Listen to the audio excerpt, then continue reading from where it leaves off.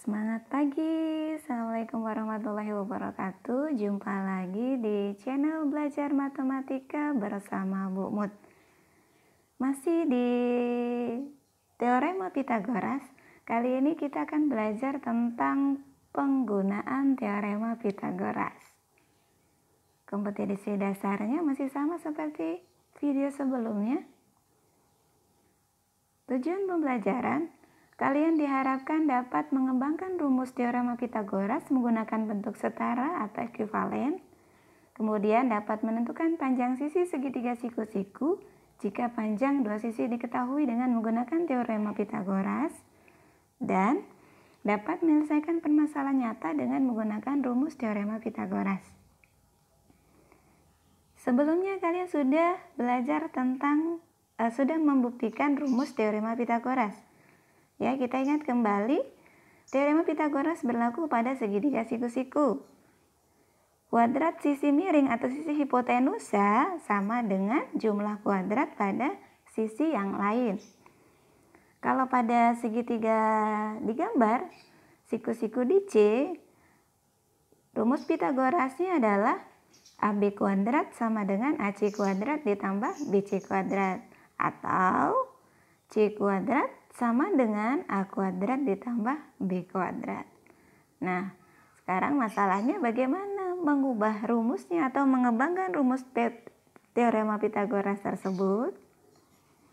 Kita ingat kembali juga tentang persamaan ekuivalen.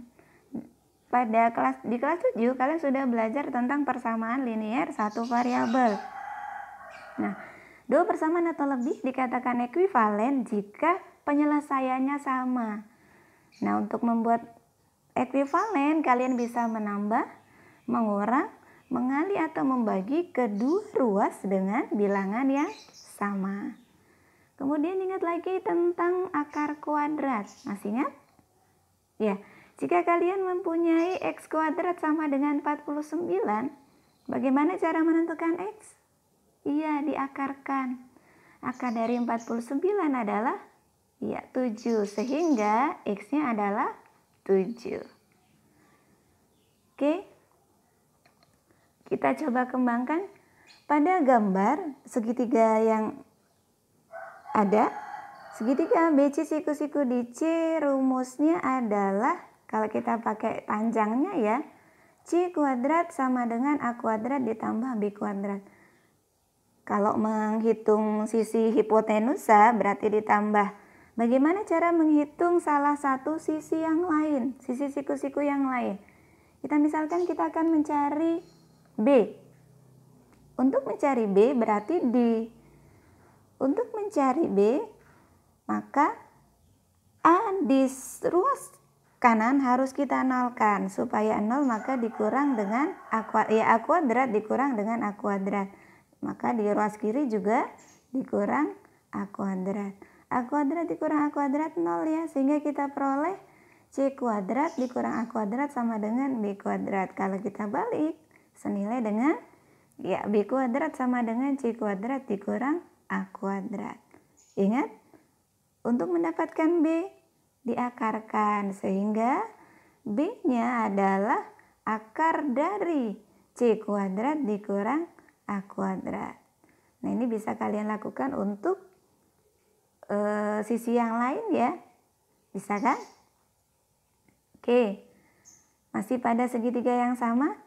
Jika C kuadrat kita peroleh sama dengan A kuadrat ditambah B kuadrat, maka kita peroleh C-nya adalah akar dari A kuadrat ditambah B kuadrat. Nah, untuk mencari B kuadrat sama dengan C kuadrat dikurang A kuadrat tadi. Sehingga B-nya adalah akar dari C kuadrat dikurang A kuadrat. Nah, sama halnya seperti B. Untuk mencari A kuadrat, maka C kuadrat dikurang B kuadrat sehingga B adalah akar dari C kuadrat dikurang B kuadrat. Ingat, kalian tidak perlu menghafal hurufnya.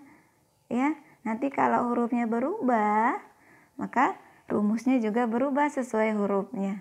Ingat, kalau mencari sisi miring ditambah, kalau mencari salah satu sisi siku-siku dikurang. Ingat, panjang kurang pendek. Yang miring adalah yang paling panjang. Oke, kita misalkan untuk cara penggunaannya. Segitiga ABC siku-siku di C, panjang siku-sikunya adalah 6 dan 8. Untuk mencari panjang C kuadrat sama dengan A kuadrat ditambah B kuadrat. Ingat, C adalah sisi miring, jadi ditambah. A-nya 6, B-nya 8. Kita ganti A-nya dengan 6 dan B dengan 8. 6 kuadrat adalah 36, 8 kuadrat adalah 64. Sehingga C kuadrat sama dengan 36 ditambah 64, hasilnya 100. C adalah akar dari 100, 10. Sehingga panjang C adalah 10 cm. Sudah ya, buktikan di sebelumnya ya. Oke, kemudian untuk mencari panjang sisi yang lain. Segitiganya masih sama ABC, siku-siku di C. Sisi hipotenusnya 13 cm, sisi siku-sikunya 12 cm. Yang kita cari sisi yang lain yaitu A. Untuk mencari A kuadrat adalah C kuadrat dikurang B kuadrat. Ingat, miring dikurang sisi yang lain. B-nya 12, C-nya 13, kita ganti C dengan 13, B 12. 13 kuadrat adalah 169, 12 kuadrat adalah 144, kita kurangkan 25. Jadi A-nya akar dari 25 adalah 5. Sehingga panjang C adalah 5 cm. Bisa ya? Udah ya? Oke, selanjutnya untuk penyelesaian masalah. Suatu hari Wahid dan Dani merencanakan akan pergi berlibur ke pantai. Wahid menjemput Dani untuk berangkat bersama-sama ke pantai. Rumah Wahid berada di sebelah barat rumah Dani dan pantai yang akan mereka kunjungi terletak tepat di sebelah utara rumah Dani. Jarak rumah Wahid ke rumah Dani adalah 15 km. Sedangkan jarak rumah Dani ke pantai adalah 20 km. Jika kecepatan rata-rata bersepeda motor Wahid adalah 30 km per jam, tentukan selisih waktu yang ditempuh Wahid antara menjemput Dani dengan langsung berangkat sendiri ke pantai. Ya, kalian perkirakan ya tentang gambar antara rumah Wahid, rumah Dani dan pantai. Bisa? Yuk kita coba selesaikan. Tapi sebelumnya, like dulu videonya. Kemudian jangan lupa subscribe sampai subscribe-nya berwarna abu-abu. Dan bunyikan loncengnya supaya kalian dapat notifikasi untuk video selanjutnya. Sudah? Kita lanjut. Nah, permasalahan tadi bisa kita gambarkan, ilustrasi gambarnya. Rumah Wahid ke rumah Dani 15 km, kemudian rumah Dani ke pantai itu pantai berada di sebelah utara rumah Dani berjarak 20 km.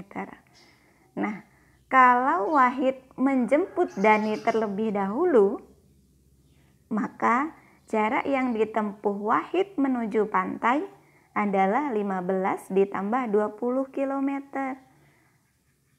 Sama dengan 35 km. Berapa waktu yang dibutuhkan? Tadi kecepatan Wahid mengendarai sepedanya adalah 30 km per jam. Ingat, kecepatan adalah perbandingan antara jarak dengan waktu.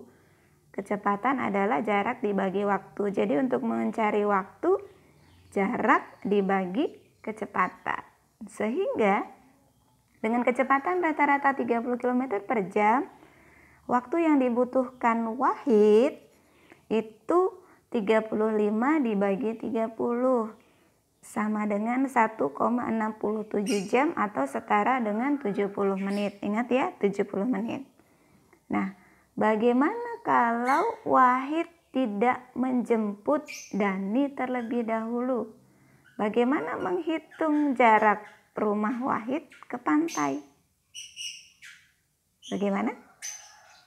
Ya, jarak terpendeknya bisa kita gunakan teorema Pitagoras karena skema rumah Wahid, Dani dan pantai membentuk segitiga siku-siku. Kalau kita misalkan jarak rumah Wahid dan Dani adalah A, kemudian rumah Dani ke pantai adalah B, kemudian rumah Dani ke pantai adalah B, kemudian rumah Wahid ke pantai adalah C, maka untuk mencari jarak rumah Wahid ke pantai adalah C kuadrat sama dengan A kuadrat ditambah B kuadrat. A-nya 15, B-nya 20. Kita ganti A15 dengan 20. 15 kuadrat adalah 15 kali 15. 20 kuadrat adalah 20 kali 20. 15 kuadrat 225, 20 kuadrat adalah 400. Ditambah hasilnya 625 untuk mendapatkan C, diakarkan. Akar dari 625 adalah 25. Sehingga dengan kecepatan 30 km per jam, Wahid hanya memerlukan waktu 25 dibagi 30 itu 0,83 jam atau setara dengan 50 menit. Jadi selisih waktu antara Wahid menjemput atau dengan tidak menjemput Dani terlebih dahulu adalah 70 dikurang 50, 20 menit. Bisa dipahami? Mudah-mudahan bisa. Dan kalau kalian belum kurang jelas, kalian bisa repeat ulang videonya ya. Terima kasih sudah menyimak. Jangan lupa bagikan video ini ke teman-teman kalian supaya dapat belajar bersama-sama. Sampai bertemu di video selanjutnya. Terima kasih. Ibu akhiri. Wassalamualaikum warahmatullahi wabarakatuh.